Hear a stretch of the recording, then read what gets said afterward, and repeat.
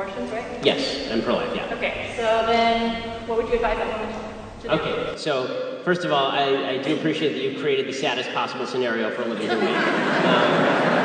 Is she also disabled? But, you know, the answer is that that doesn't actually change the calculus, meaning that obviously what happened to this person is an awful, awful, horrible thing, and as I said earlier, the person who raped her should be tracked down, captured, killed or castrated. So that's number one. I think that it's important to note two things. One, the solution to something horrible happening is not another horrible thing happening in the killing of a baby, which I think is actually horrible.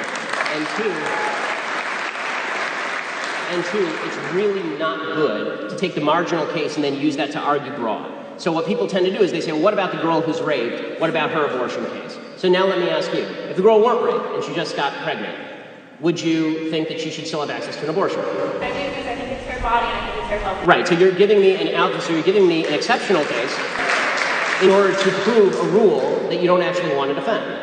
So if you just come up and ask me, do I think a woman should have an abortion, then we could actually have an argument about, or a discussion about in what cases an abortion was appropriate. But you always, this is what people on the pro-choice side, the anti-life side, actually do. What they actually do is they take the marginal case, they take the raped, woman who has a severe disability, and they say this is all abortions. That's not all abortions. Significantly less than 1% of all abortions are performed on women who have been raped. So if you want to talk about the epidemic of abortion in the country, over 1 million abortions performed a year in the United States, let's talk about the other 99% of cases. When you are willing to agree with me that the other 99% of cases are not cases where abortion should be necessary, then I'm willing to have a discussion with you about compromise. But I don't think that's what you want. I think that you're just using the exceptional case in order to try and guilt me into supporting a broad-based abortion platform.